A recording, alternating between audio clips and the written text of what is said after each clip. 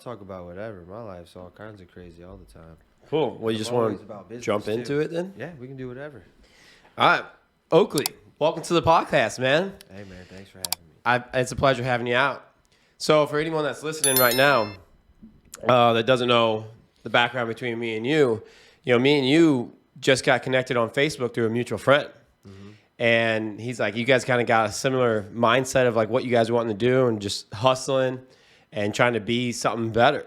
And so like we both basically skateboarders when we were younger. Right. Still got a little bit in us today, but you had started a podcast. Yeah. Like I don't know who added who on Facebook first, but we got connected through Facebook, and then you started a podcast. And I don't know if, because you also started a collective page. Yeah. So before we get into this too much, Oakley Corbin, and your business name is actually Corbin Tile Co. Yeah. And then you have In the Van.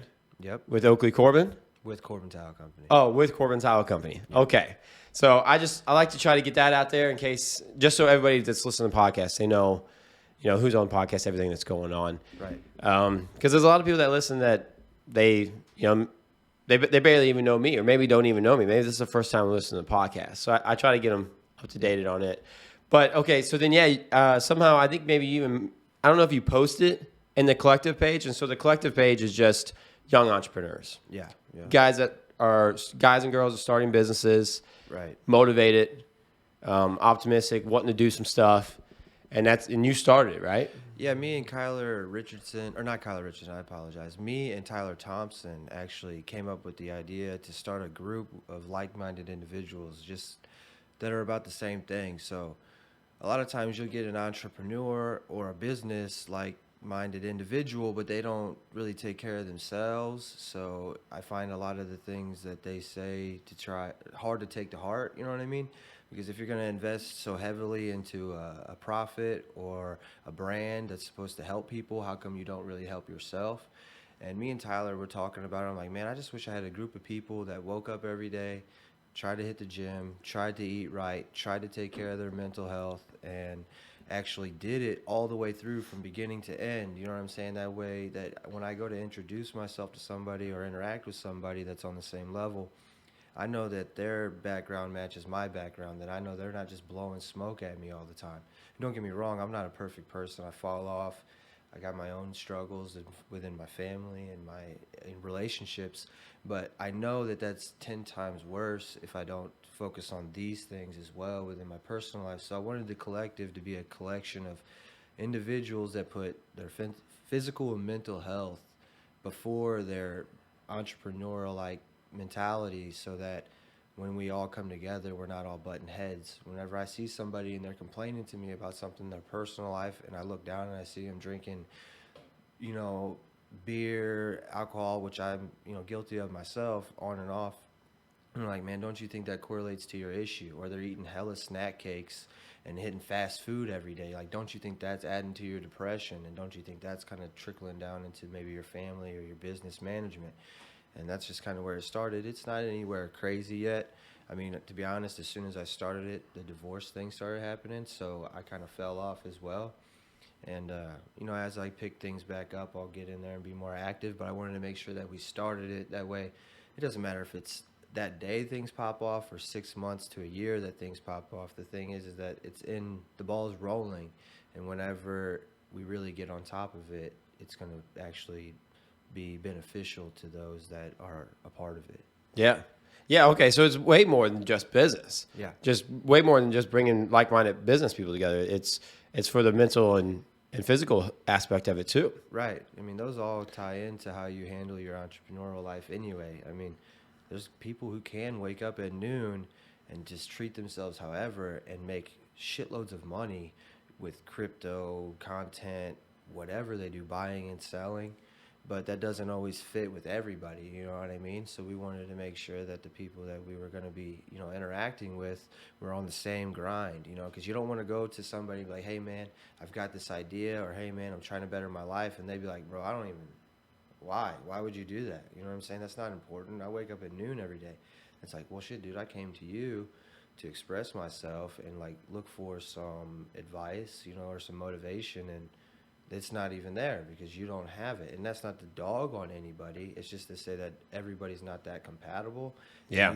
And a lot of times we build our lives up around individuals that have nothing to That do aren't with help bringing us. you up. Yeah, they're not bringing you up. They aren't Mm-hmm. even really like you as a person. And you look to the side, your best friend, you got lots of time together, lots of memories together, but you don't live in the same Yeah. way. You know what I mean? Yeah. Hey, we're going to continue on in this, but I would bring the mic a little closer just in case. I would actually say if it's too close, it's better than being too far away. All right, I got you. Because that's probably my number one complaint on the podcast is people struggle to hear because they're listening in their car or maybe watching it on their TV while they're like cooking dinner or something like that. Right. But yeah, so on that subject, this has gone in a totally different direction than I want, but I really like it because I think mental health's a big thing, and I think a lot of people do deal with it in their life. Yeah. And would you argue to say that if someone's not if someone's not a positive attribute in your life, like bringing something positive to the table, would you say that they're bringing you down almost? Me, probably. I'd hate to say that I am like super judgmental, but I am to an extent. So, and I'm super influential. Like people can influence me very easily, and I know that. So, if they are drinking alcohol and still being like rewarded by life, I start getting in my head about like, man, maybe I can do that too, or maybe their diet's not being followed, as strictly as I got to follow mine to stay in good shape. And I'm thinking, man, why can't I eat that too? You know what I mean? So it just helps me stay moving forward when I'm not always looking at the things that I don't have or can't have, and it helps me, stay motivated. Like, man, this is my lane. It helps me stay in my lane. You know what I mean? So I would say so. Yeah. Whenever if there's one that goes against things that I can't really be a part of, not to say that we can't benefit from each other, but that's not my circle. Yeah. Sometimes you got to go outside of your circle and you got to accept those things so that you can grow. But whenever I'm bouncing things off one another or even personal issues, because within my circle of entrepreneurship, I would like to have that security as well. I don't want people telling me to go out and have a drink or go out and go be with women or go out and spend some money. I want people to be like, "Yup, dude, the grind is the grind. You're just gonna have to stay buckled down." Yeah, and put your nose on the grindstone and just hustle. And And I think that's where like a lot of people get confused. Is that like if you had to cut someone out of your life, and you're not cutting them out of your life because like I have people that I cut out of my life that I absolutely have the utmost respect for, love them to death. I would do anything for them if they ever called me and say, "Hey, I need some help," or "Can you do this?" or whatever. Like if they ever reached out to me, I would still help them in a heartbeat. But I had to cut them out of my life because it was just like they weren't putting the goals that I had in my life that I was wanting to go for. It was almost like they were like stumping that stuff because I would have ambition. I don't want to talk about this is what I want to do and this is what I want to do and I'm trying to do this, and then they would just be like they didn't see eye to eye with me, and so they would just shut the idea down. Right. And I don't like that. Like when you shut an idea down and just say it's not possible, that's where it dies. Yep. And I like the idea of whenever I have something on my mind that I want to do, I like the people around me that are like, how do we do it? Right. How can we achieve that? Exactly. And so whenever someone's just like, nah, you shouldn't do that. It's a bad idea. And then it just ends there. Yep. Like, oh, you can't do that. That's dumb. Or there's too much risk or whatever. I'm just like, I don't like that. Like and it's not that I don't like those people anymore. It's just that I had to get around people that are influential to push me into the direction I want to go because I have goals that I want to go for. Right. I'm a goal seeker. Like I'm all about the journey, not the destination at all. Like I love the process of everything. And I just think that like I've had a lot of people tell me like whenever I get something, they're like, can't you just sit back and be happy? Can't you just enjoy what you got? And it's like, well, that's not what I like about it. Right. I like learning. I like doing new things. Yep. I like the challenge. That stuff is what fulfills me. And so that's the kind of stuff I like to be progressive and just keep moving forward in life. Yeah, I definitely had the same experience. Like my best friend, like 15 years, was one of the first people to ask me why. Like, why are you posting all these stories and tagging all these people and making all these videos? And I'm like, because it's gonna pay off eventually, and it has. The boots on my feet came for free from a company because they want me to share my experience and with my people. You know what I mean? And right before all this stuff really took off, he messaged me, or we were at a birthday party together, and he's like, "I took you off all social media, bro." And I'm like, "What? Why?" He's like, "I just can't stand watching you post all that stuff." And I'm like, "All right, bet." You know what I'm saying? I took it a little personal at that time, but I'm like, "Okay, I see where we're at." You know what I mean? And not everybody's going to support me throughout all of this, even the people that I've known the longest, because they are them type of people. They just want to shut it down. Now, don't get me wrong, he's a great person. He does well for what he's got going on in life, but that didn't see eye to eye with what I was doing. And little things, we get button heads about, man, I don't feel it. Man, I'm depressed, anxiety, my daughter. And I'm like, what about your diet? What about what you're doing? You got to stop telling everybody that's the only way it is. And I'm like, no, I'm telling everybody that's the things that help me. You know what I mean? I struggle with mental illness and maybe not mental illness, but personality disorder and all these type of weird things. And when I changed my diet, I seen it. Mental health. Mental health and just in general. Like, my kids started acting a little bit better. Like, the way we spent our money was better. There's just so many benefits to it that I wasn't going to be quiet about it because I didn't know these things. And if it could help the people that I'm involved with, I want them to know. And I'm really not big for excuses. Like, I own up to the things that I do. There's no reason for me to be in the positions that I've been in over my life, except for I chose to do the things I was doing. It's all on you. So there's no excuse for it. Like, if you're depressed and you're going to share that with the world, then you got to be responsible for that, and you got to do something to try and change it. And a lot of times people will say, I changed my diet, I changed my habits. It's like, no, you changed some of them. You didn't change all of it. Yeah. You didn't take it that serious. How long did you do it? Were you disciplined when you were doing it?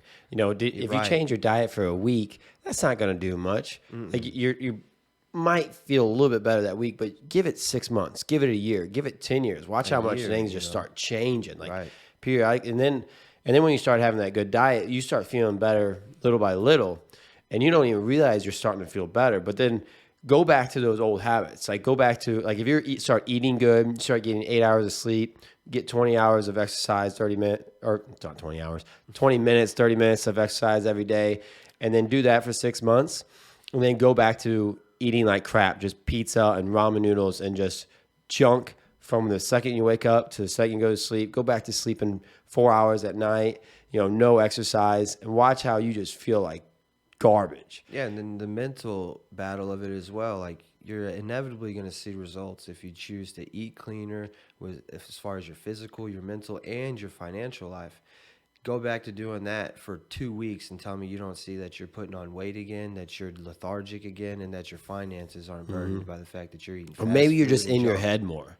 You just beat, like, that comes down to the mental health thing. Yep. The mental health thing is, everybody has mental health because everybody has a brain that they're using, and everybody has like something that they're hard on themselves about. Yep. Whether it's weight or whether it's finances or education or whatever, they're all hard on themselves. And so, like, when we say mental health, mental health can go in so many different directions. I think people just it's just a very vague, broad spectrum of everything it could be. But yeah, even if it comes down to just your mental health, where you're just waking up beating up on yourself, like, oh, I'm not doing what I should be doing today. Right. It's as simple as that. A little bit of anxiety, a little bit of, the people are scared to say depression, like they're depressed.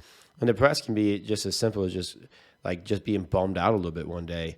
Right. Sure, you're not full blown depression where you have to get meds and go to the doctor or nothing like that. Right. But you could be just a little down on yourself. Maybe you're getting a little lonely and you're feeling a little, like, the feeling of depression, Right. And a lot of times, like, you just go to the gym and work that out. Like, maybe you're just in your head about something. That's the thing, is Being like, hard on yourself. you're inevitably going to end up feeling some type of depression if you're going to resort back to old habits. You're doing something in a positive direction, and the moment that you stop, you're pondering and dwelling on what you had, what you were doing, and all these things. You're going to be upset with yourself. But if you go to the gym, you're not sitting in that past tense mindset anymore. You're going to get up and do something that's moving forward, get you out of that space. You know what I mean? And I'm not a mental health expert, but I definitely know that when you stay dwelling in that choice that you made, that turns into real depression. That moment of depression turns into a When you never fight back against it. straight up. Never try to, like, deal with the problems. When you're just laying in bed watching TV, just trying to ignore it, or maybe like a lot of people because it's the easier route, drinking or just, finding something to suppress the things. And everybody knows like you shouldn't suppress it. But, it's little things that start to trickle in that, like you're finding ways to ignore the problem. But when you go to the gym and you put headphones on and you play that music that helps you out, whatever music it is, that's like just correlates with your life, and you put that music on loud and you lift, it's not even about getting in shape at that point. It is about clearing your head. Yeah. And so that's why I tell everyone an hour to the gym is not always about, getting in shape. A lot of times it's just going in and clearing your head for an hour. Yeah. And there's people because I own a gym, and they come in the gym and they're like, well, I have a home workout set up and I kind of like it there. And they're like, sometimes I just can't get motivated. I'm like, yeah, it's because you're sitting at home and you hear the kids running around upstairs. A lot of people have it set up in their basement. So they're looking at their laundry that needs to be done. They're thinking about their kitchen dishes that need to be cleaned. Yep. And there's so much that they don't get to clear their head for that hour. But when you go to the gym and you put those headphones on, nobody else there, and you just put your head down and you're just lifting and you're wearing yourself out. So you're beating yourself up while you're doing it, yep. but you're also just having that time to talk to yourself. And a lot of people just don't want to look at themselves that closely. But you got to be able to take the time. Getting alone is hard, It is. And if you got a little bit of insecurity at the same time, the environment that you choose to do it in, it can, be detrimental to that growth as well. So it's like, man, there's a multitude of demons that you're going to have to fight to get to that point. That Demons is a great word to talk. Yeah, man. Great way to use. They're all in your head too, They're just sitting on your shoulder, and it starts with something as little as how you're eating, and then how you ignore it, and it becomes addicting. This negative lifestyle living and excuse making becomes pretty addictive at one point. Or what you use to avoid it, it's easy. Or what you use to avoid it becomes addicting, which is also easy. Alcohol, drugs, etc., which I'm totally guilty of. You know what I'm saying? I'm not no perfect person. I mean, I fall off all the time. You know what I mean? But that I can't stay in that place of depression. So, like you said, once you get 20, 30 minutes in with just you and yourself, or that song that pops, makes you motivated, just clicks, or makes you think about something that is more about yourself than everything you got going on. You're like, those are like the God moments in my life where you're like, man, if I wouldn't have done this, if I wouldn't have just made the choice, then I wouldn't have had this rationalization or this realization, and I wouldn't feel this much better about myself or this accepting to what's happening in my life. It doesn't have to be the gym either. Some of my bike rides have been some of those moments as well. You know what I mean? And that's something that most people can generally accept doing, is just getting out and riding a bike. It's not like an overly physical activity. Same thing with runners. Exactly. People that walk every day. Yep. You just got to have that. And it's something with exercise too, because with exercise, you get blood flowing. So you actually get some blood pumping through your body to your brain, but you're also wearing yourself out. So you're doing something that's like, it's like distracting, and you're wearing yourself down, but because you physically can't push your body to a certain limit that you can't handle. You'll just pass out. Right. And so like, if you find that sweet spot where you can go run, you can be comfortable running, where you're pushing yourself a little bit, or walking or riding a bike, or lifting, or swimming, or hiking, or anything. Right. There's like a little bit of physical attribute where you're breaking yourself down. You have to mentally fight back to push yourself. Whether, like me in the gym, I go back to the gym, but I have to tell myself, push that last rep, push, just keep pushing. Or, but I'm sure I know runners fight the whole, like, I just want to quit. Yep. I just want to start walking, but they have to keep pushing themselves. But then you get past that point, and then that's whenever you start like thinking. And that's whenever breaking, man. Yeah. Like, I'm not big into lifting. I'm not a big guy. I just like to be responsible for my physical health and my mental health. So one of the things I like to do is the fasted cardio. Just first thing in the morning, jump on that stair machine and try to hit 100 flights of steps within a certain amount of time. That's a lot. It is a lot, and it definitely does more negative to my bodybuilding than it does anything. But the way that it's made me feel is undeniable. So you're right. You get to that point where you're like, man, I just don't think I can keep going. My knee kind of hurts. I'm kind of out of breath today. I don't know how people do this. And you're like, but if you just make the decision to do it anyway, keep going. Obviously, we have a failure. And when you reach failure, you should not keep going any further. But you're not even there yet. You know what I mean? That first excuse is like 20% into what you can really do. And then after you reach 50 and you're like, whoa, this kind of feels good, but this is kind of a lot on my body. And you push through that too. That next barrier is like spiritual almost, in my opinion, Yeah. because you're like, oh, I can do more than what I thought. Oh, I'm capable of more than what I thought. Oh, now I'm just going to trust in my body's ability to do what it's already supposed to do, what it's designed to do. And I'm going to remove my mind from this. If I need to use my mind, I'll use my mind to run over thoughts that actually need to be thought about right now, and quit giving my body and my excuses so much attention, and just go. And then before you know it, you're done, and you jump off and you're like, I'm a unit. You know what I mean? I'm a unit, and I didn't even know it. Proud of yourself. Exactly. That's where the confidence comes in. Exactly. That's how the gym builds confidence. Yep. And, not only are you looking better, but you mentally, you've found out that you can push yourself past limits that you never thought you could. Right. Like, you're like, I never thought I could do that. Like when you start running or whatever, you're like, I can't even do a mile. And then you just keep pushing yourself another minute further, another 0.2 of a mile further. And then eventually you get into 5 miles and you're proud of yourself. Yep. And you're walking a little taller. You're keeping your chin up a little bit more every day. So it is good. Can we, because we could probably talk forever on this subject. Yeah, we could. But I would like, because I love the journey, and I love to share everybody's story. I want everybody to kind of share their story. And I always say that, like, everyone that I have anyone that's willing to come out to my podcast, because I live out in BFE. And so everybody has to make quite a bit of a drive to come out to me. Yeah. So the people that come out to this podcast are actually the passionate ones, the motivated ones. And so I believe anyone that comes on my podcast, I truly believe they're going to go somewhere in life. And I really do get the energy off them. They bring energy with them. And so because you are the tile guy in my eyes. Like, you are, and I've talked to people about you before. Like, I know a lot of people in construction that now tile's growing. Yeah, massively. Yeah, and and there's probably gonna be people that listen to this that probably even do tile, a little bit of tile on the side, or maybe they think they're the tile guy. Right. And it's like, hey, nothing against you guys that are listening. You guys are listening. You guys do tile, and you guys are like, you guys think you're the tile guy. I look at you as the tile guy because not only you're doing tile every single day, but you put in the work. You're doing it like, there's some people that just throw up tile really fast, doesn't look that good, looks like crap, and it's probably passable, right? Like where like acceptable, where someone's like, yeah, that looks okay, but you really put in the detail on it, which really matters, because that's like when someone's getting anything done, any type of, like, it's an art, right? Like when I was doing cars, somebody wanted someone that was very meticulous with their work. That's how you get good jobs, and so I definitely see that out of you. I've heard a lot of people say that's exactly who you are. Like, you take the time, you spend the extra money, you take the extra time to do it right. It might take you a little longer, but the job's nice when it's done. People aren't really going to be complaining when it's done. Yeah, not too many. Actually, I've never had anyone complain. That's awesome. That's awesome. Yeah. And then also, you're doing, because a lot of these tile guys or construction guys, because are you considered an independent contractor? Is that what you consider yourself? Yeah. I'm actually going to be re-evaluating all that stuff. At first, I was a flooring company, like an installation service. And that was not just me. That was like 2 to 6 of us at a time.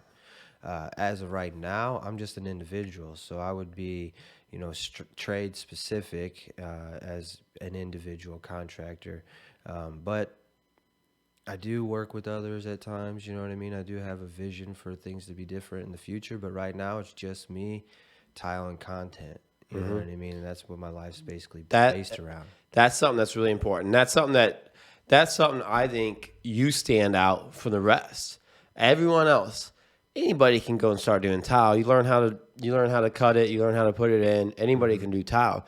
But what you're doing is you're going that step further. Because if you want to be the best, if you're really trying to go somewhere with it all, you got to do stuff like what you're doing. You're making content. Yeah. And it's good content too. I see this content and I'm like, I don't even know nothing about tile. And like, honestly, to me, like, it's just tile work. It's nothing special, but you make it look very appealing. Like, I'm like, man, the content's really good. Like the ideas, the commentary you have with it, the camera quality somehow, whatever. Like, what phone do you use? You use your phone for it all. 11 Pro. 11 Pro, but it's clear. It's very clear. All the videos are real clear. It's not like my first podcasts were like, they were focusing in and out, and I hated it. And I want to upgrade my cameras, but I invested a bunch of money, and like I probably had $3,000 in this setup. Yeah, It's it's a lot nice. to it. Yeah. And then all of a sudden I'm like, oh, I want better cameras. And I think that's just the progressive part of me, always wanting something better. But most guys aren't doing what you're doing. Right. You're putting in the work, not only doing the tile work, like that's what everyone's doing. They're just doing the tile work, but you're also on the side hustling, doing the content, but you're also networking. Yeah. Like right here, this is networking right here. Most guys I reach out to, I haven't reached out to any tile guys, but if I reached out to them and said, hey, you want to do a podcast? They're not interested. Right. They don't want to do it. They're like, that's not for me. And it's like, oh, okay. I guess like they're just in their position. They're comfortable. It's really important to me right now because even though I'm a tile guy, I'm more of an influencer at the same time. Now, I wish I was getting paid big money like an influencer would be from some of these platforms or from, their following, but that's not really what I'm in it for. Like, I love doing tile mostly because of the impact that my content while doing tile has on other people. Yeah. And so it's very rewarding in a sense, you know what I mean? So when people offer this, of course, people can find out who I am, but if they find out who I am, I want them to really end up knowing who I am so that I can make an impact on somebody just like me so that they can stay motivated, so they can be hopeful. Maybe they didn't think of it. Now they have a new idea in mind that they can take and run with. And that's really what I focus on now. Same, is the man. Influencer side of it. Yeah.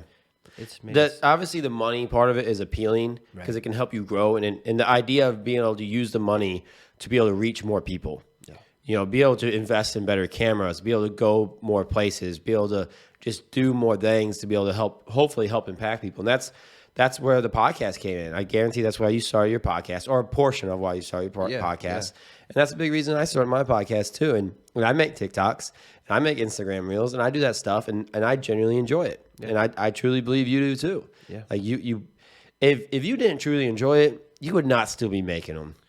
Yeah. You wouldn't be. I mean, you make a ton. I mean, you blow the amount of content I do out of the water.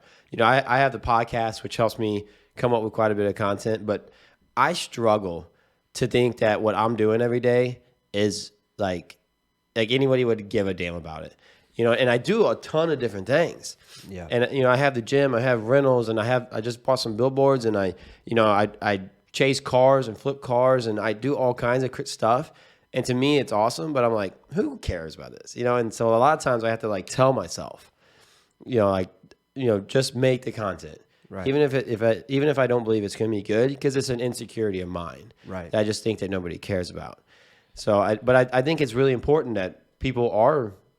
You got to enjoy passionate, it too. you got to enjoy it. You got to enjoy it. You got to be passionate about it. You know what I mean? So as a young kid, I was a skateboarder. I loved recording videos and editing videos. So that little part of me that got brushed under the rug through partying throughout the years and then becoming an adult came back to life whenever I found out, I can take cool videos of what I do and make them even cooler and share them with the world. And you're right, man. At first, it's like nobody's watching, nobody cares. But those are all insecurities because I don't think about that when I'm making the video. I'm just enjoying the pastime of making the video.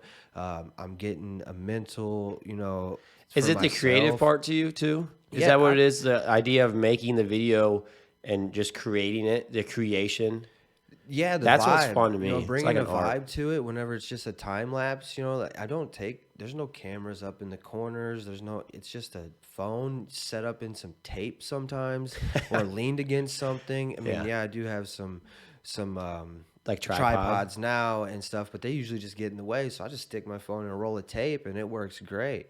So to think that it comes from that little time lapse to like a video that's 30 seconds long that's got a vibe and it achieves, some type of progress, people that can follow, is neat to me. It's like, okay, I just took 3 minutes worth of time lapses, shrunk it down into 30 seconds through this banger clip on it, audio clip, and now everyone's vibing to it and getting to see, what I do on a daily basis. And it just takes not progression, but consistency, because eventually a lot of people that are just watching people, because that's what most people are doing today, they're scrolling and watching, they'll catch on to the fact that you're posting every day, or the algorithm will, and then they start following along with you just to watch what you're doing. Now, obviously, if you're being obnoxious and a loser and you don't have that personability within you, they're just going to move on.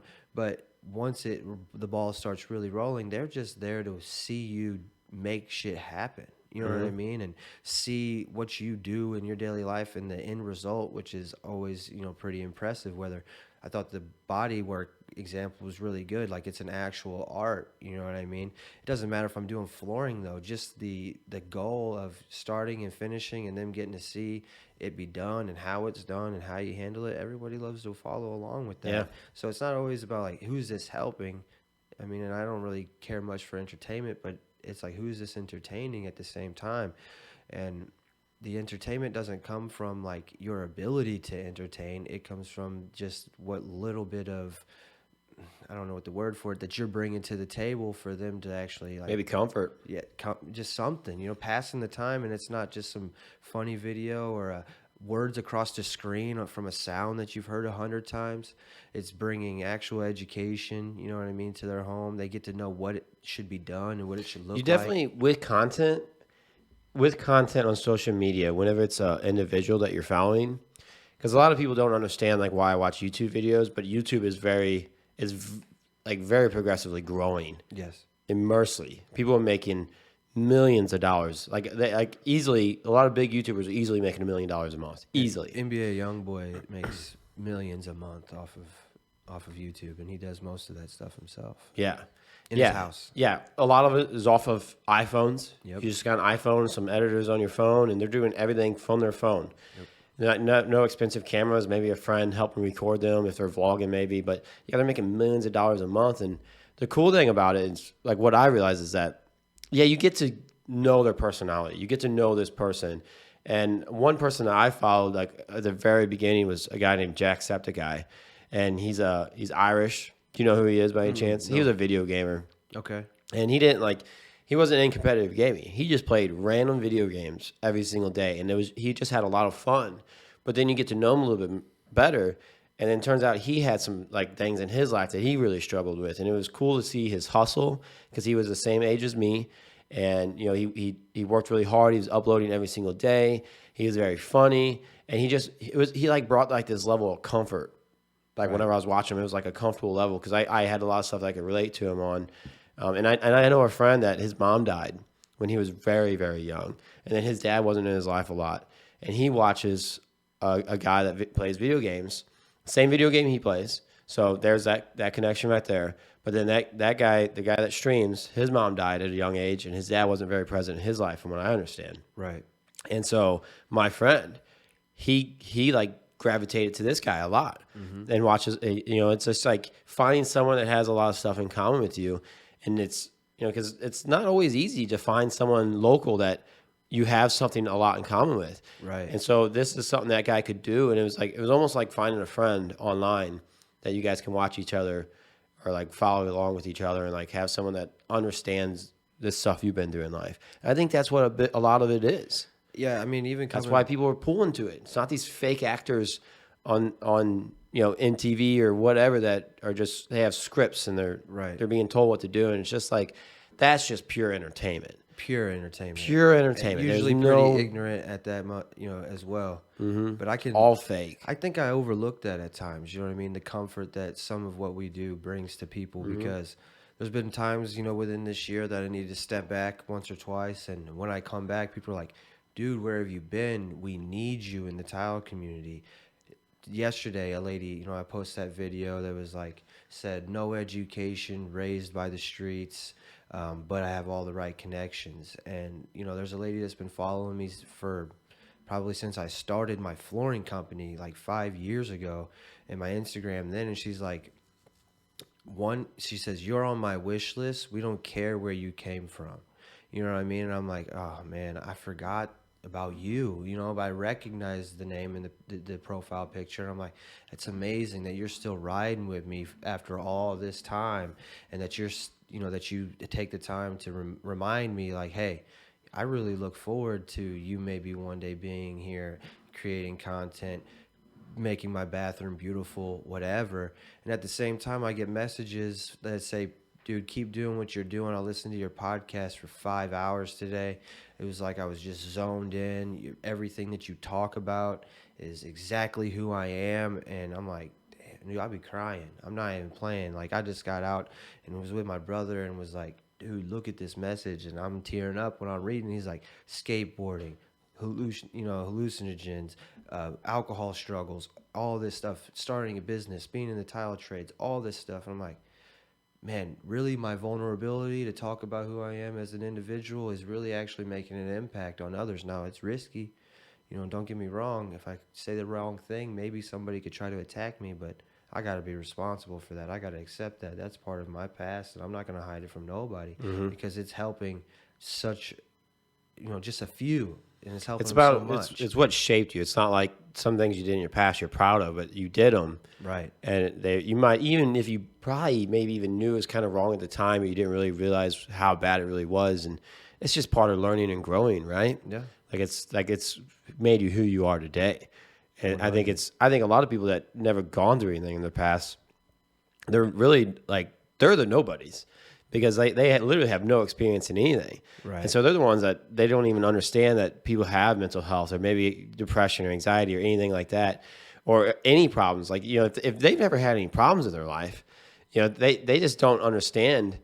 They can't correlate with why people connect with people or find certain people they follow online or whatever. They're the ones that are just, they're probably just, they're probably the ones that go home and just watch TV in the afternoon and watch these silly things because they just have nothing else going on in their brain. So they just need something just to fill that empty void in their headspace. A lot of us, and I learned this too from just being in contact with so many different people, being a tile guy. I get to meet so many different individuals in different professions, and I love talking to people. And I come across people that... Would you consider yourself an extrovert now? Would you say I've you're always converting? been. Yeah. I've always been. Okay. Don't get me wrong. I'm an introvert. Was it society that pushed you to be an introvert, though? You think you're naturally an extrovert? No, I'm naturally an introvert. No, actually, it kind of happened in phases. I would say as a young kid, I wanted to be up in everybody's business. You know what I'm saying? But as time went on, I kind of became more reserved and judgmental and couldn't fit in every crowd, or maybe I was a nuisance or trouble. And then I grew into my adult years. Now I want to be responsible. I can't be around all those people. People are negative and ignorant, and I'm like, nah, I'd just rather be alone. Or I get into a group of people that don't share healthy conversations or educated conversations. And I'm like, this is stupid. You guys just gossip all the time. I don't even want to be a part of this. And I withdrew from a lot of things. But I was always an extrovert because of my business, working. I understood how you had to communicate with others to become successful or to be even enjoyable in somebody's home. I mean, I've been doing flooring since I was 18. So I, right off the bat, had to get comfortable talking to customers and all that type of stuff. And that's what really made me more extrovert than anything, because I became, probably more comfortable sharing the thoughts that I have.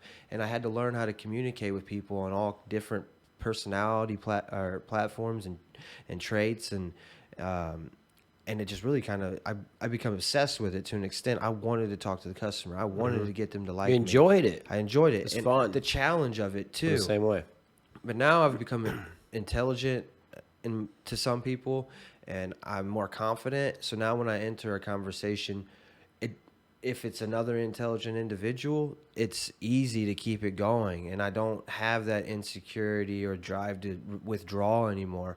I get drawn in, and then it just goes for days, just like this. You know what I'm saying? And that's exactly why I asked that, because the introvert thing is such a popular thing now. Everybody thinks they're an introvert. And I don't know. I think there is truly introverts and extroverts. I think there is some people that are just introverts naturally. But I will say that I think there's a lot of people that are extroverts that society made them introverts. Yeah. And I think that's what happened to me. Yeah. I think I think growing up as like a skateboarder in a small town community that was like a very country community, it wasn't just that. It had other things. I grew up poor. I was a little bit skinny kid. I wasn't really super talented in anything. And then I started, I think I was an extrovert from a very young kid. I always wanted to talk to everybody, loved to meet new people, loved making new friends and just hanging out with people all the time. Always wanted to be involved in everything. And then, because of some of those things in my life that maybe somebody should have told me, like, hey, I think I just didn't have like the right influence at a very young age to like help shape me into who I was wanting to be. And how are you supposed to even know? How's anybody supposed to know who you want to be? Right. But I think because of some of them problems I had, it pushed me because I remember going places and introducing myself to people like in high school, like walking up to new people and they would just look at me and be like, I don't like you. Straight up. Never met this person in my entire life. Never did nothing wrong to them. And, they were probably kids the same age as me or a little bit older, and they were just confused young kids too. But it messes with your head a little bit. Right. And I think things like that made me an introvert. People made fun of me for skateboarding. People made fun of me for being skinny. I got pushed around. And I think it made me an introvert. And then the same thing, whenever I started doing things for myself, started going to the gym, started like fixing problems, like I think maybe I became a little pessimistic maybe, or a little negative, or like I had something go wrong in my life and I held on to it like with a grudge because I thought that was the right way to handle it. And it took growing up and looking at myself really closely and learning some things like, okay, this is not the way to handle it. You got to and start and take responsibility for things. Right. That's whenever I started, and that's when I really started to like pull back to the extrovert ways and start realizing that there is a lot of nice people out there. Not everybody's like those people. Because I held on to like, maybe 1 out of 1,000 people were a jerk to me, but I held on to it. Right. And that's what made me like an introvert and kind of like push the other way. But then I started realizing like, oh, not everybody's like that. And it was also things that maybe I did. I dressed like a punk. I looked like a punk. I acted like a punk. And so people started treating me like a punk. Yeah. And just judging me by what I looked like. And so I kind of had it coming sometimes. And so, I started fixing little problems. I started looking at myself closely. And then I started realizing like, not everybody's like that. And I'm the same way. I love talking to people. Like my favorite thing about my business is talking to customers. Yep. I love walking through I try to make sure I learn everybody's names. And I walk through the gym and I ask everybody how their day's doing. I try to learn things about them. And like I will waste a half of an 8-hour day just talking to people. Talking to people. I think that drive to continue doing that, talking, is to get people out of their bubble too, because you've did it yourself. Mm-hmm. A lot of people say that they're an introvert when really they're just insecure. Mm-hmm. Straight up. Like, Mm-hmm. and nobody wants to admit that. And insecurity can get hidden by a multitude of things, because once you start getting some type of self-recognition from your job, your finances are good, you got nice things, you think, I'm fine. You know what I'm saying? I don't have to deal with nobody. I got a wife and kids and no friends, and look what it got me. So they're like, I'm not an introvert because I'm afraid of what people will do around me or say about me. I'm an introvert because it got me all this. And it's like, and that's just who I am. And really, it's like, nah, dude, you quit talking to people like 12 years ago, and only thing you could do to be happy was go to work, which I'm not hating on that either. Mm-hmm. Everybody's got their own situation and their own, their life, and how it pans out, it's how it pans out. But I recognize that about myself. Like as a kid, I think I hit that introvert phase from the same things that you're talking about. At 4th, 5th grade, some people start attacking you for your character. You get quiet. Because they're young and reserved. confused too. Right. And you're doing it too to other people, and you just don't realize it, to be honest. Absolutely. And so you become more reserved or more, open. And I became more reserved, but then alcohol made me much more open. And I spent a bunch of time being the life of the party and talking and being friends with everyone all through high school as even a misfit, because I didn't have no fear. Mm-hmm. I was wasted all the time, to be Mm-hmm. honest. And then, like I had said, after being pulled back from that, it caused problems in my life, law, troubles with the law, restrictions on what I was able to do. I had to pull back so that I could stay out of trouble and reevaluate things. And then I became an introvert again. Mm-hmm. And then all of a sudden I'm like, man, I'm lonely, negative, all these things. And then once I started really acknowledging the challenge and the ability that I had to talk to clients, I realized that I'm just fighting a bunch of insecurities all the time. And that's kind of where the van came from. Like, Yeah. I mean, I had the ability to bounce things off of you just like this, or not you, but people like you in the van every day. Mm-hmm. Like I realize that I'm good at what I do. I'm in a position of authority. Not to say that the authority is what got me off, but it's the fact that I gave myself respect for having that, and then I started acknowledging things about myself that got me into that position. And I look over at people that wouldn't work like that and go, "Man, why don't you do that? And why won't you do this? And why do you think you deserve that?" Whenever I came from like $7 an hour cash, and you guys get to start at 15. Like I got out of jail, went straight to work for $7 an hour cash at 18 years old, worked my way up to $25 an hour before I ever quit that job. And I'm looking at people complaining about 15 bucks an hour to start a job. I'm like, you don't even know anything yet. You know what I'm saying? Like, and we start talking like, why do you think you deserve that? Okay. And that's just one thing. And then the next thing is, man, I got this issue going on, or why weren't you at work, or why are you doing this all the time? And I'm sober and doing a lot of self-improvement, and I'm bouncing things off people. And you start learning, and instead of placing blame, because I've been there too, you start going, man, I think there's something causing these issues, like way down the line. And that's how I'm able to recognize, like, maybe there's an insecurity that is most introverts' issue. But don't get me wrong, I'm an introvert still. I'm here talking, and I will go out and talk, but I don't go out and party because I cannot drink. You know what I'm saying? I understand that about myself now. Now I can go out and conversate, but I don't do what everybody else does. So I am more of introverted, and I'm okay with it. That's maybe on the baseline understanding of what it is. I don't need people to make me feel okay. An extrovert sometimes does. It needs that communication. I'd rather sit at home and work on things like content and plan for the future and take care of my responsibilities and not have to live in a life of mess and other people's I wouldn't say crap. that's introvert. I would just say that's just reshaping your life in a positive way. But I would You got to go through that process, right? see, some people would, to me, they would say, okay, not that. I'm going to go out and enjoy myself tonight. Well, it's like, okay, what am I going to do to enjoy myself? Well, I'm going to enjoy like going to the gym and being alone. I'm going to go home and do laundry. But if you went to the gym and say there was somebody else there and I don't know. One thing I've learned to do is like just compliment people. Just start a conversation. Yeah. I might be like, "Hey, how's it going?" And they're like, "Yeah, how's it going?" If you're in the gym, and then like tough raps. I'm big on raps. Like these, I'm a tough rap dealer. I love them. They a bunch of different styles and stuff. Or like shoes. Like I think I'm big into some shoes and stuff too. And just be like, "Hey man, I like your raps. Like they're pretty dope." And I'm like, "Oh, there's tough raps." And like just ask them about themselves. You can start talking to some people, and like it's just fun how like so you can go in the gym. You could be working next to a guy or girl, and you could work out for an hour and a half, not say a single word to them. Or all you gotta do is just say like compliment a couple of things, just talk to them about themselves, and then all of a sudden now you guys are talking the whole entire time.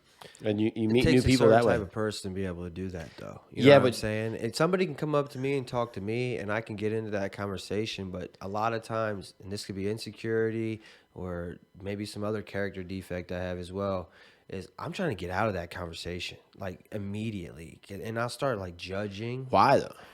Because I don't know. I feel like it's unnecessary sometimes. Like, and this is some of the arrogance of myself. Like, this is the part that most people be like, man, he thinks like that. But I think people come up to talk to me because they know they want to talk. They want to hear themselves talk sometimes.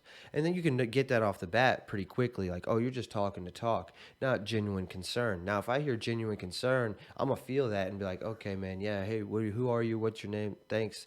I really appreciate that.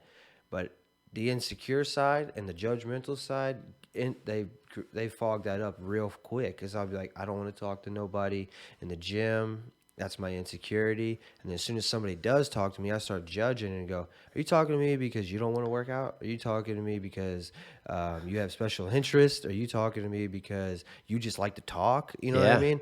And so if they don't bring like, hey man, say they came up to me and say, hey man, do this a little bit like this, you know what I'm saying? I'm like, okay, he's got genuine concern. Hey man, not to dog on what you're saying, but I like your shoes. I'm like, why do you care? Why do you care? Why did you come to say that to me? And maybe after the second thing's like, man, I really just am into them. I seen those were out. Or, hey man, actually those are going to harm you. And I'm like, oh, okay, this person really does just want to have a good, genuine conversation. But I oftentimes get up in my head like, why are you talking to me? Yeah. You know what I'm saying? And that for me in the gym, it's certainly just as a gym owner, I want all my customers to feel comfortable in the gym. Right, so I try to get to know them, and I try to I try to just let them know, like, hey, there's somebody here that if you need to come up to me, I'm someone that is willing to talk.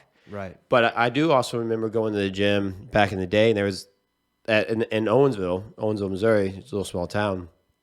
And before I ever owned a gym, there was only a few of us that would work out, but it'd be really quiet in there. Everybody put their headphones on, and I seen some of these dudes every single day, and so I just we had things in common, Right. and I just thought like, hey, I might actually enjoy the conversation I have with these guys, and it wasn't always something about their shoes. I'd be like, what you working on today? And they're like, oh, I'm doing back, or maybe they're doing chest.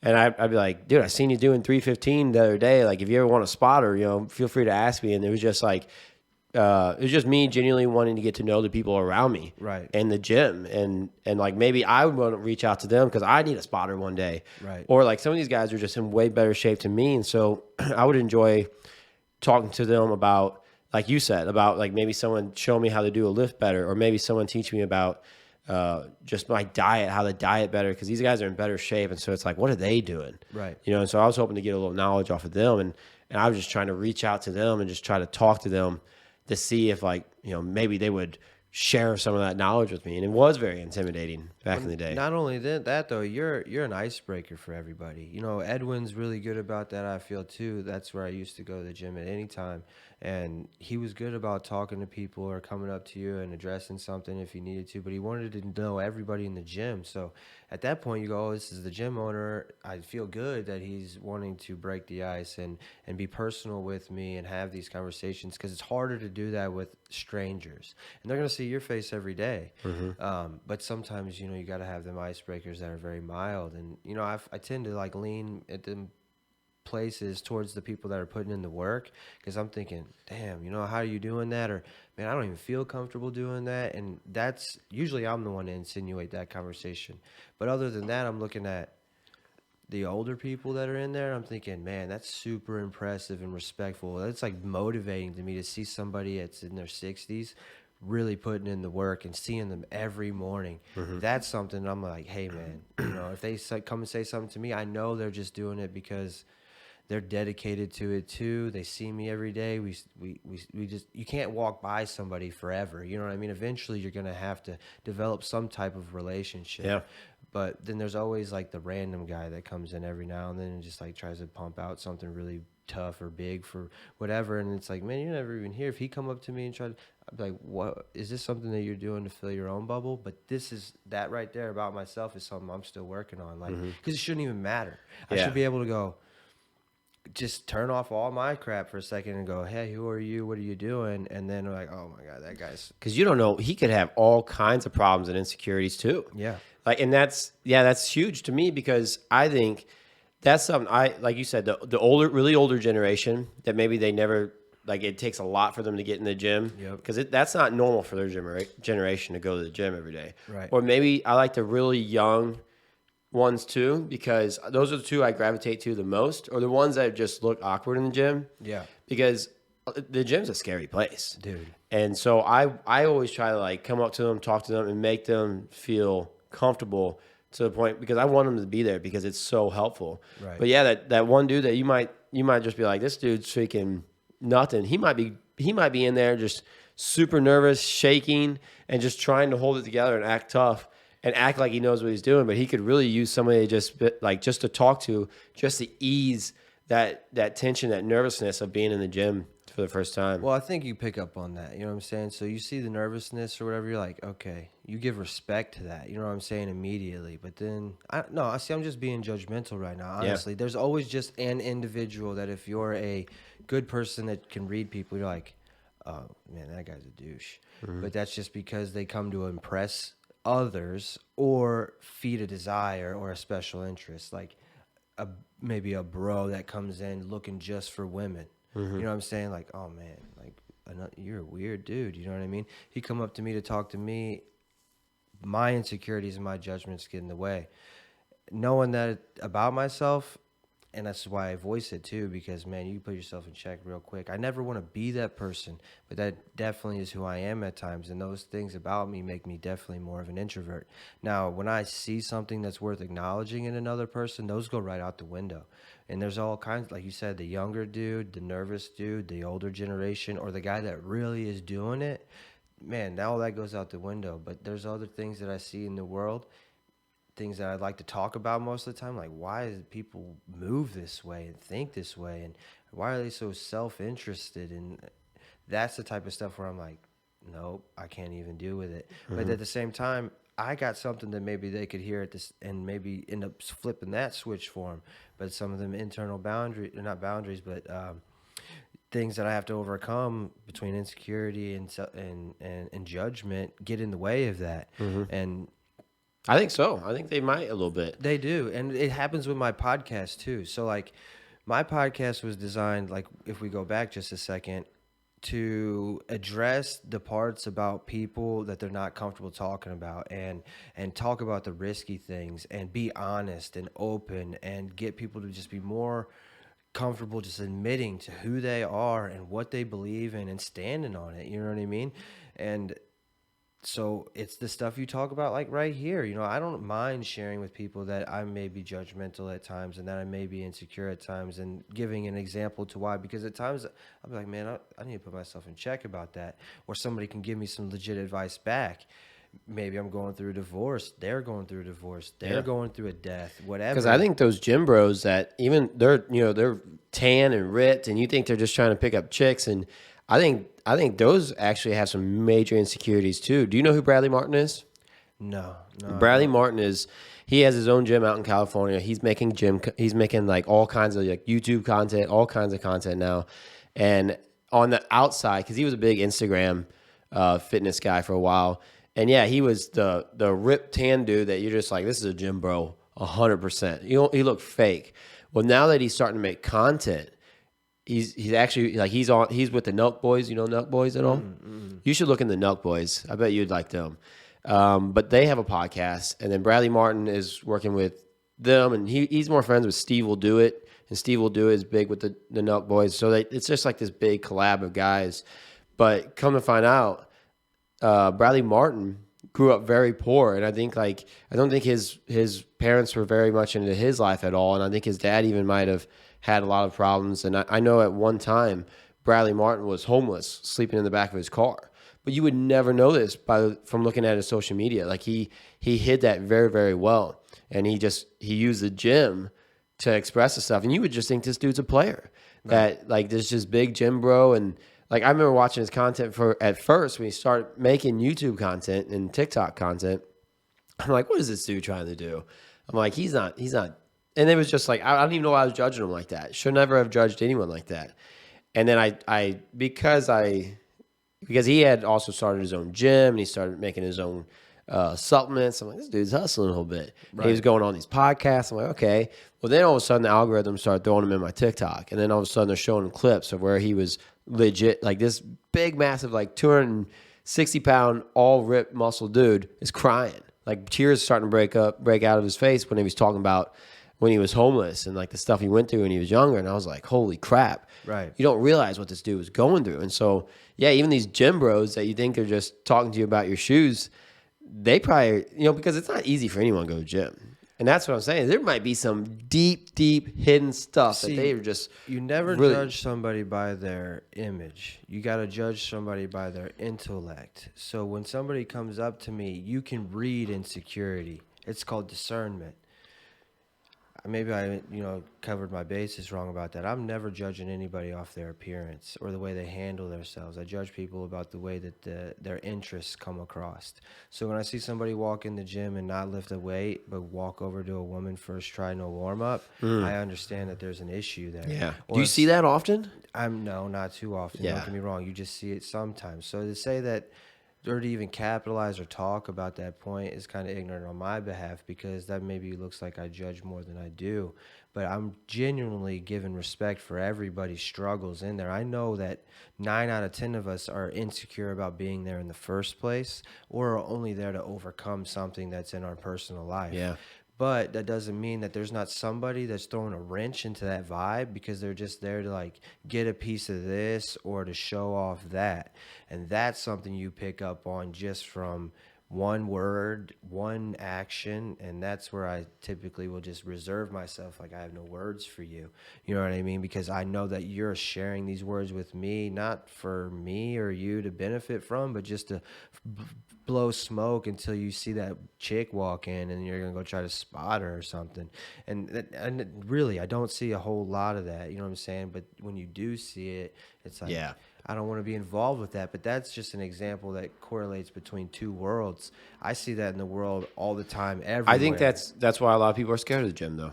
Yep. Because it's that the women, like, how many women probably don't want to go to the gym because they think some dude's going to be flirting with them or staring at them the whole time or something like that. Yep. That's the narrative. Yep. And I think I'm a little more passionate about it because I own a gym and I see that, and I try to passionately change people's mind because, like you said, it's the one out of 10, Yeah. or it's the 1%. Yeah. And I would actually argue to say it's probably less than that because I would think I don't have that at all in my gym.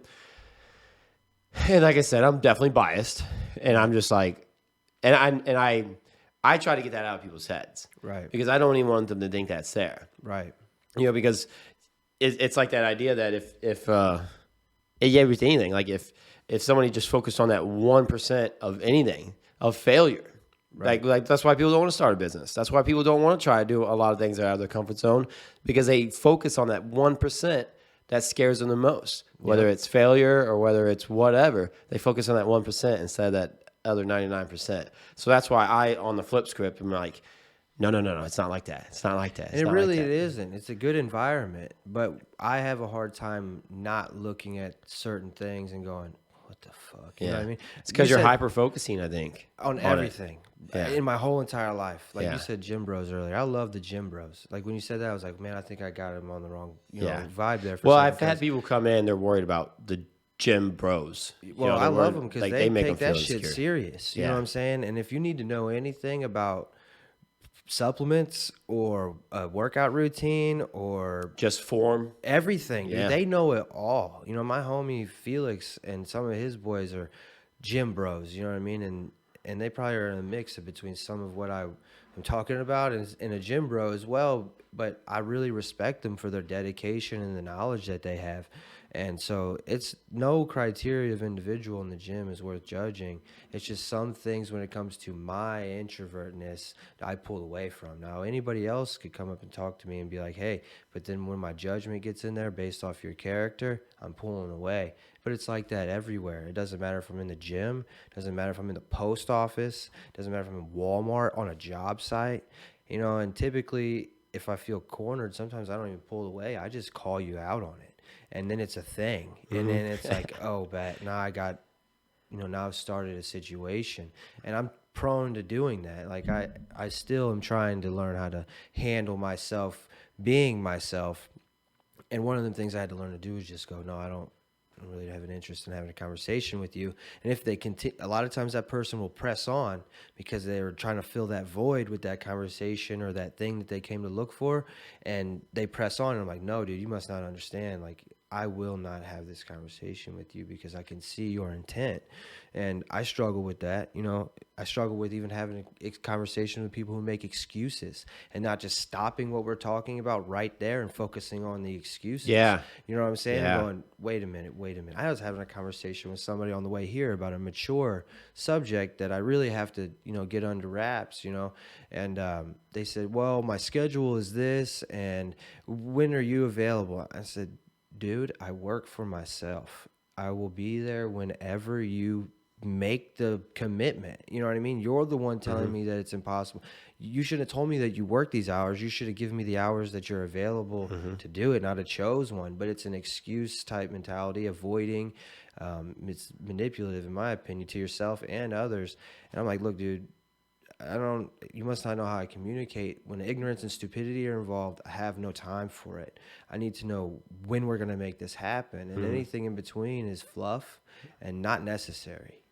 So when I see that type of stuff, I shut down. Like, we're supposed to be having a conversation about something else. As soon as I seen him make excuses, I'm like, enough of the excuses, and I address those because like we said from the beginning, that mentality gets in the way of where most people are trying to go. I don't have time to waste on a bunch of bullshit. I Yeah. want to know when we can make something happen and if you're going to be there or not. And I don't want to hear why you can't make it happen or why you didn't show up. I Yeah, just it's just want all to, excuses. it's just all excuses to an extent. You know what Yeah, I mean? people do have legitimate reasons why they can't do something. Right. But like whenever I plan a podcast out, someone's like, "When can you do it?" I'm like, "I can do it anytime. You just tell me when, so I can schedule it, and I'll make it work." Right. We can. I tell everyone 10 a.m., 10 p.m., Monday, Saturday, whatever day you want. Let me know so I can schedule it. There's a few times of the day where I have something set in stone, but other than that, I'll make it fit in my schedule because I'm doing everything I want to do in life. Right. And so I literally only do the things that I want to do. I mean, there's some I got to clean toilets or I got to fix toilets every now and then. That's part of it. Right. But like, yeah, for the most part, the whole, I'm doing exactly what I want to do in life. And I'll invite someone to the podcast, and they'll keep coming up with excuses, and I'll just be like, I'll just stop it. Like I don't.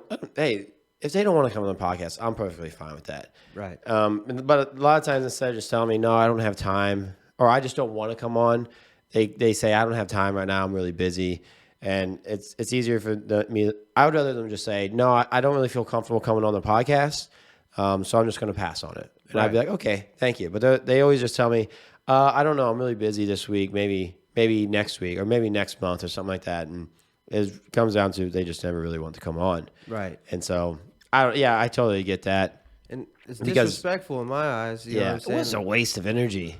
Dude, So much of a waste of all you energy. had to tell me was no. I respect it. You know Yeah. what I'm saying? So when people take all that time and they invest that much into an excuse, but they won't just invest enough into either one, showing up, or two, telling the truth. Yeah, just Like, being straight up who about it. are you really? You know what I'm saying? And that's the other judgmental part of me. I'm starting to think I don't even want anything to do with this person. They probably do this all throughout their life.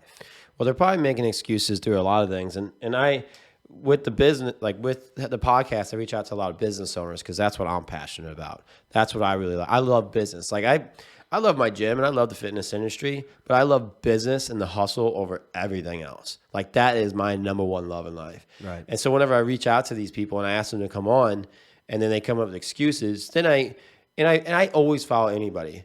And like I try to support anybody that supports me. Anybody that's ever came on my podcast, I guarantee if you're listening to this podcast right now, how many times do I freaking like your post? Like there's Hydro Seams, these guys right here, or these guys right here. They came on, never met them in my entire life. They were completely optimistic about coming out. They came out, and I guarantee I almost like every single one of their posts. Yeah. If I'm on Facebook that day and they come across it, I might even like see what they're doing. I like it because I like them and I like what they're doing. They're very optimistic about what they're doing. Right. But then like there's some people that I invited on and they come up with excuses, and all of a sudden I see it in their business too. And then they start going wrong. And it's just like, yeah, I could probably pinpoint some problems, but I'm not perfect either. Right. I mean, I got flaws myself that I'm still working on. So there's no room for judgment from me because I have so many problems myself that I'm just focused on myself and getting better, and just, it is what it is. Slowly, I've learned that because once I took the focus off me just doing work and being me and started wanting to get some of these small talks out there, that's where the podcast came from. It's like, people need to hear about this. People need to hear two people of opposing views talk about something and meeting in the middle, or having a struggle and hearing somebody else's feedback on how they think they should handle it. And so that's what I did. And I just literally have tried to have the most difficult conversations or the most honest conversations that I can, because people aren't doing that for themselves. Like, they will be withheld when they have a conversation out of the fear of judgment or insecure that something could happen. But I'm not, man. Like, I can't get better if I don't tell people how shitty I am. You know what I mean? I have issues, and I have certain things about me that make me me, and that doesn't mean that those things won't dissolve over time, but those things have gotten me here, and some of them things have been detrimental, but some of them have been very beneficial. And when I sit here and I have conversations, like, I'm very I don't know, I pay attention to myself a lot. So like, even this conversation right here, I've learned something about myself, because I'm like, you know what, from the outside looking in, I Very don't critical think on I yourself. like the way that came off, and now I have to make it a point to look at it a different way or to explain it a different way next time. And without having conversations like this, most people don't even see that ability. A lot of people are just quiet all the time and they only talk to their wife or their one friend, and everything stays real small. But there's imposing in a multitude of different views and ways to react to something. And we all can benefit from each one's outlook on them. And one of them things, though, that I understood from very early was no excuses. You know what I mean? And I know that I made That's a a lot big one. and yeah, no The biggest. excuses. Like, now, don't get me wrong, I make excuses when I'm drinking or depressed. I can make some excuses, but I didn't get from point A to point B making excuses. But from B to C, there was a dead space where I was making excuses, not putting the work in. Okay, I see what I'm doing now. Put the excuses down, and I jump from B to C. I'm like, okay, this is one of the biggest things that I can touch on, so that people will understand that it's such a small thing, and you do it to yourself. It's like a manipulation, or because you avoid certain conversations, certain parts of yourself, and before you know it, you're lying and making excuses about everything in your life just because you're avoiding who you are. You don't want to upset somebody. Why couldn't you make it to the birthday party? Oh, the tire blew on the Jetta. No, it didn't, dude. You just suck at getting out of bed on time and getting to where you're supposed to go. And if you just own that about yourself, eventually you're going to feel like shit for missing so many things that you're going to be like, dude, I got to do something about this. But every time you make an excuse, you just withdraw further from your people and your community and stay in your home. So it's like, the ability to be honest about who you are, share your thoughts, and tell the truth eliminates the excuses and all the detrimental shit that comes along with it, which is being isolated in your home because nobody invites you anymore, or nobody's asking you to be on their jobs anymore, because you're just a ball of bullshit. You know what I mean? And now, I mean, I make plenty of mistakes. I make them publicly. But since I own them and I'm honest about who I am and how I think, and know that I'm not perfect, and I'm willing to go, man, this is where I fall short, people and myself have grown throughout that. You know what I mean? And I wanted everybody else to be able to hear that same message. Like, man, if you could just... It's important. If you could just tell the truth and not make excuses long enough, then eventually where you want to be is going to be where you are. And there's going to be a lot of ups and downs in that too. And so it covers a broad spectrum of things. Like you said, with these people that were making excuses, not that great at business, I could see that, you know, maybe if that were me too, because when I'm making excuses, it looks like I'm not dependable and things like that. But at the same time, I can't get better. Even in their business, whenever they're not doing it to the fullest extent and the job looks bad, they're coming up with excuses why it turned out that way. Right. You know, it makes their business look bad. And they're like, well, I don't know why my business is failing. It's like, well, you cheaped out, you used the cheapest products, you went really fast, it looked like crap, and then you're trying to tell them that it's their fault that their drywall was off, wasn't perfectly, you know, straight or something like that. So that's why it turned out bad. But really, you knew that, oh, if I used a better product, or if I would have slowed down, or if I had that proper tool, the job would have turned out better. So you're gonna in your head try to tell yourself that, oh, you made that excuse to try to just shut that down, but really you knew what it was. Right. You just don't want to admit to it. I'll take it even further. It's the fact that you didn't get out of bed on time. Yeah. Straight up. That's where it starts. And then the next excuse that's a real one, because you didn't get out of bed on time, and then you got in a car accident, texting and driving, just driving too quick to work. Yeah. Nobody believes or cares about that. You know what I'm saying? So it's a compound effect. Like, if you don't go to bed on time, if you don't take care of yourself, if you don't get up and do what you're supposed to, keeping everybody else's interests and betterment in mind, then it just snowballs after a point of time to where eventually, why did this happen? Oh, I was rushing because I wasn't here on time. Oh, I wasn't better prepared, so I rushed through it. Typically, that's the issue. Oh, I didn't give it enough attention. I chose to do this instead of this. And, you know, that just puts you in a position to cut corners, make excuses, tell lies, or do more than you're capable of, trying to play catch up. And I see a lot of that in the tile trades. because I'm not the best tile guy. I know I come off as like a really good tile guy.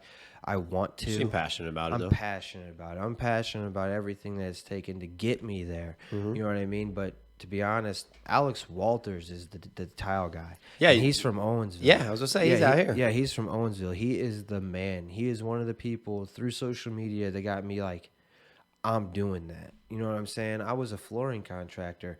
I subcontracted from Empire Today, Home Depot, mom and pop shops. Once I started seeing people do their own tile work and stuff like that, I'm like, well, there's no way they're doing that for a store because they wouldn't make enough. I want to do that. I got to put myself out there. I got to get my brand recognized, and then I got to start making sacrifices so I can raise the bar because he's already doing it, and he's fucking good. He's way better than me. And I'm like, I thought this guy was good. And then I got on Instagram, and I started being influenced and motivated. Like, look at that tool. Look at how he's handling that tool. Look how he did that thing that I do every day, but better. Yeah, let's talk about some ups. Yeah, you know, because we talked about a lot of mental health stuff, and I think it's great. I think it's gonna. I think there's a lot of people that are gonna really like it, and I think there's a lot of people that listen to my podcast to get tired of hearing about business. Right. And so I love that we were able to talk about something else other than business, because that's what I always gravitate to, just because that's what my brain's always focused on. I think about it every day. It's all I'm thinking about because I'm passionate about it. But let's talk about some ups, because something that, like, your content you make. Yeah. You know, you talk about the boots you're wearing right now. You got them for free. Yeah. You've gotten a lot of tools for free, right? Like, yeah, lots of tools for free. How did all this come about? This is all from just making content. That shirt you're wearing right there, did you get it for free? Well, yeah, Floor and Decor gives them to everybody, but Floor and Decor is like one of my biggest supporters. Most things have happened to me were organic. I don't go fetching and asking. People have seen what I do and what I've been creating, you know, inspired by others, and have been like, man, we want to work with you. So like Floor and Decor would be like a sponsor or a partner of mine, where they provide me with a lot of things to make content with, at, you know, so that I can break it down and support them. Like, I don't use no Home Depot buckets usually. I make sure they're all Floor and Decor because they help me, you know what I'm saying? Whenever people ask me where I got my stuff. Do they give you the free buckets? Oh yeah, they give everybody free buckets. Okay. And that's a cool part of that. You know, real quick, like Floor and Decor really takes care of their pros. You go in there, you need some T-shirts or a bucket or something. Usually they're gonna help you out. If they got something in that drawer, they're gonna give it to you because they want to support you. They have made deals with me. Tools? They give you tools? Yeah, they showed up to my job site with this like $600 48-inch core tag manual snapper. I'm like, all right, cool. And the guy came from Texas, flew out here just to meet me and be on my job site and give it to me personally himself. Holy cow. So they're not a St. Louis, Missouri-based company? They are. Oh, they are. You can find them in Bridgeton on North County or in South County right off of Lime. They got 2 locations. You know, they're not as big in the area as Lowe's, but I mean, they have your one-stop shop for everything we do. Tile, But they're wood. passionate about... They're got people, you know, that support them and give a good message and are honest and true. So everything and quality. I'm quality, and they are quality material, quality professionals behind the desk. You know what I mean? They don't do a whole lot other than sell you what you need, but they oftentimes have professionals come in there that want to challenge them or tell them how something's supposed to be, or don't know how it's supposed to be done. And they like that they have an individual like me and maybe some others that they can go, well, go look at this guy's content and he'll show you how to use it. You know, he'll be honest with you about why you shouldn't use it, or something that doesn't work even though it's said to work, and now you'll really know what to do because they're limited on their information. So they need guys like us to be honest and true with what we're doing so people can learn the right way, you know, and get to learn, you know, maybe hands-on without being hands-on, you know, because my hands are getting dirty and I'm getting stressed out, so they don't have to. So when somebody says, why did you use this product over this one? They'll go, like, just go look at this guy's videos. He's got one on it. So sorry to cut you off. What's the coolest thing you got for free, you think? Because you're not really getting paid no on any of your stuff. You just get a lot of like free stuff because people want to help try to advertise, help you, but also it helps probably. What's the coolest product you think? You like, it's coolest tool, cool, like you think the boots you got, is that The the coolest Grabo. thing? The Grabo. First off, I want to give is a respect to tool. Shannon. She is the tile chick. She's pretty big social media influencer. Where's she from? Texas. Texas. Houston, Texas. She's called the towel chick. That tile chick. That towel chick. Yeah, maybe the towel chick. I don't know how I don't know her handle, but it's Shannon and Chris. They're the two best people ever. They're in a relationship, whatever, but they support each other very well. They film all day. They do amazing tile work. They're involved with the industry, and they really like my honesty and my drive and the way I look at things. So they've been a big supporter of mine throughout all of this. And when I went to the International Surface event earlier this year in Vegas, they took the time to introduce me to Grabo, and Grabo really likes me too. Like, we vibe. Is that a company? Yes, it's a tool. It's a suction cup tool. If you look at my video from the other day, Yep. you'll see me using it. Yep. I mean, it holds up to 350, 375 pounds of, pressure. So you can pick up a refrigerator with one on each side with two people. I mean, they are intense. They sent me one, and that was like, For free. For free. And they're like, hey, man, make videos with it. Do what you do. Do what you already do. Grabo sent it to you. Grabo sent it to me. Now, on Father's Day, they sent me another one. Just for Father's Day. I'm like, fuck yeah, dude. Yeah, that's Don't so even have cool, to ask for man. it. That's so cool. Now they come out with a new one. They sent me two new ones, but sent it to my partner in Utah after we had a falling out. So he ended up with two new Grabos. They're brand new models because they just support me now. So I got back to St. Louis, and I said, hey, did you get those? I'm like, no, I came back to St. Louis, and we had a falling out. And he's like, all right, well, I'll make sure we send some out to St. Louis. So it's just... They send me now a total of probably 5 or 6 Grabos, within a year. And what's a Grabo cost, just roughly? I don't know, maybe like $200. Maybe 200 for one. For one. Yeah. And now that you've gotten 6 of them. Yeah. I mean, I get, but Floor & Decor, they give me pallets of shit. So I'll go in there and say, this is what I'm building. I need all of this to do this job. And they're like, okay. You know what I'm saying? And you get it for free. For free. And that comes back on you on the tail end because... I can charge the customer for it, really, in reality. I mean, I do. I figure all that stuff into my price, but profit for first or contractors just kind of got me reevaluating how I do everything. So, yeah, it would be a separate line item, typically with markup, and that's just booming profit. You know what I mean? Yeah. Now, don't get me wrong. I go into Floor & Decor and I buy a bag of grout. I buy a pair of knee pads. I'll buy little things here and there because I'm a supporter of theirs. I'm never trying to just fill my pockets, but when it comes down time to start a project and I'm going to make some good content with it, they provide me the setting materials for it. And you're hustling. You're out there hustling, and stuff like that matters. Yeah. That's where you get a little bit of extra money. That's where you get to put a little bit of extra money in your pocket, and you're going to reinvest it back into those companies too. And not only that, they've reached out to me through agencies to make content for Floor & Decor. So like a 15-second video for $250. Now, I didn't really get into doing that one yet. I was in the midst of it and then kind of took some time for myself. Friends of mine, Artisan Diamond Tool Company, they've offered me $250 for a 15-second clip. I stepped back for a minute, and they actually ended up doing that deal with another creator, and which is fine with me. I love to see everybody win. It doesn't have to be me. I'm doing it anyway. So if I make money, I'm not going to be upset about it. I'm just going to be grateful for when it comes. And so yeah, that in the future I'll be doing more content with them. $250 a piece, but that's nothing. Shannon and them will charge. It's not my business to tell, but a lot more. Yeah. And it's because they have the following and the amount of effort that they put into their content. And so it's really where you can go with it. It just keeps going. You know what I'm saying? How much content do you post a day? I only post once a day. At getting started, I post 3 times a day, 2 times a day at least. But I've learned that, well, you got to pay attention to the algorithm and the reactions. I don't think that that's what they want to see anymore. Now, some people do want to be able to watch videos all day, but now you need to let that video run its course before you introduce a new one that's going to push yours back out of the feed. So it's really a trial and error type situation. But like TikTok is where I really started. Had one video get I don't even remember, 175,000 views, my very first one.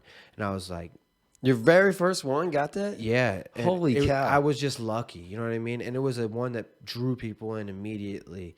My next videos, trash. Did Yeah. not get anything. You know what I mean? And I'm like, okay, I died off it for a while. But then, like I said, I was reintroduced to seeing like Alex, E-Tile, other people that I really look up to now creating this content, benefiting from it. You know what I mean? And so that's what I did.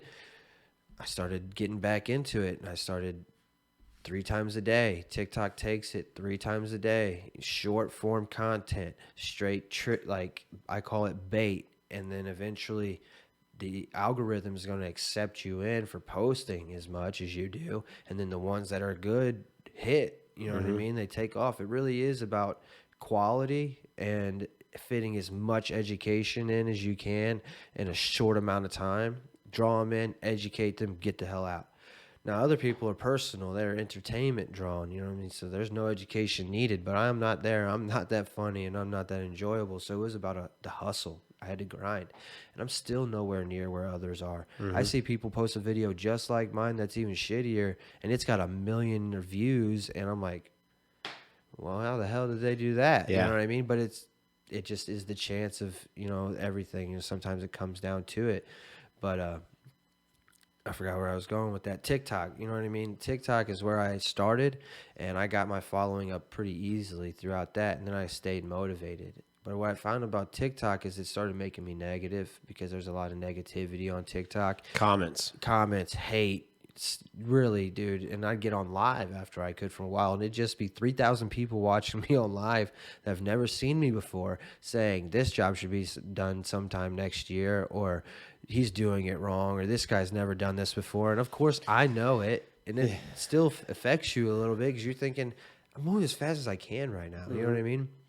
So I started feeding into that, and TikTok rewards negativity. I swear to God. Yeah. If you click on a negative comment and roast that dude, it's going to hit some views. You know what I'm saying? They like the drama. They like the drama. Yeah. And I got drawn into that, and I had to pull out of that. So I started focusing more on Instagram, where it was a small community, but they introduced Reels around the same time. And so I started investing into that. YouTube Shorts now, right, too? I've got those.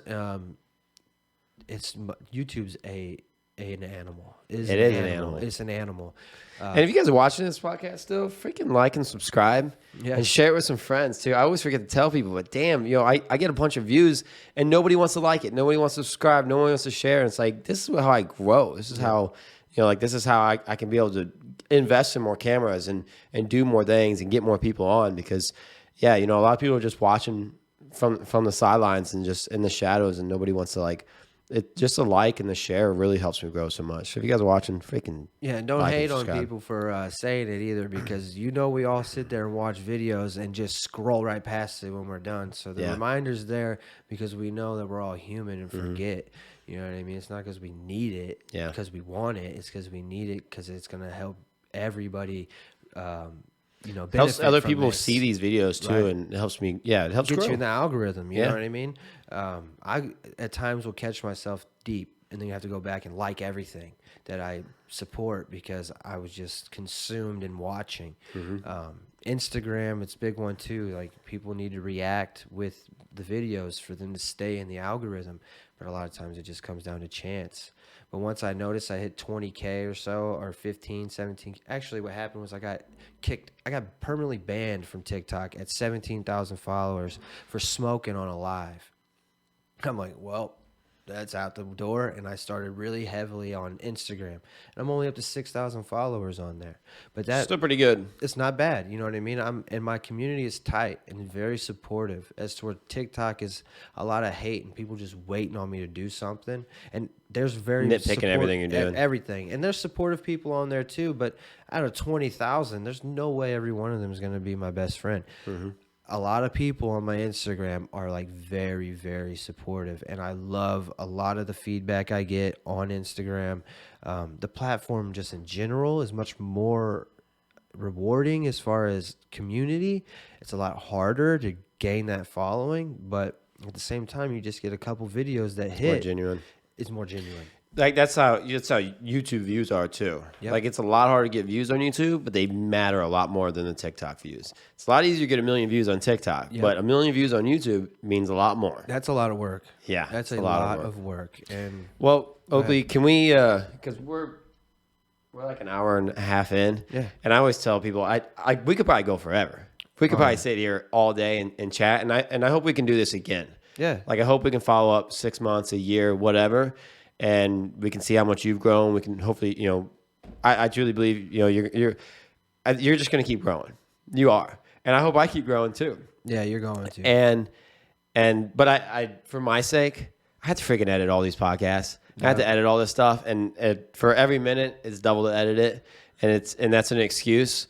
But it's just what it is. Yeah, I got to value my time because I do everything. Yep. It's an hour and a half making the podcast. It's 3.5 hours editing it, and then it's another hour making the thumbnail, throwing it up, putting a description in, throwing it out there, sharing it, and I turn them in all in the shorts. And so that I have quite the time into it. So I try to and then, also I just don't know how many people are still watching after 3 hours. So I think it's better to, I think if we could shut it down here. Yeah, you're good. And then we'll follow up another time. Yeah, man, I'd like to give you that same respect, though. I think you're growing at a massive rate, personally, and within all of your content creation, you're definitely gaining more confidence. It's inspiring because, I know that some of what I've done has influenced some people to continue with it as well. And certainly me too, man. I know I see you've told yours, me that. and I'm like, I love it, man. I want to make content like that. Just don't be too hard on yourself. And I understand, like, dude, an hour and a half, that is a lot of editing. I do the same thing. Man, we got to shut this down. But, it's not always about how perfect it is sometimes, too. You know what I'm saying? So just keep up with it. You know what I mean? And maybe venture out as time goes just from YouTube into certain things so you can see a reward. Facebook pays out the ass, man. And I've always heard that. Shannon made 20 grand 1 month. I don't know how much more they've made since then, but 20 grand in 1 month off Facebook views. I made 400 for 900. Now, are these Facebook shorts? Reels? All right, well, let's shut it down. Can we talk after the podcast? yeah. All right, one thing I need you to do, sign my banner. All right. So we need in the van on there. We need you to sign it, and then if you want to do your whatever you want, sign whatever you want on it. But I definitely like your business, your podcast, and your name on it. All right, man. All right. Hey, and also thank you so much for coming on the podcast. I think it was a great one.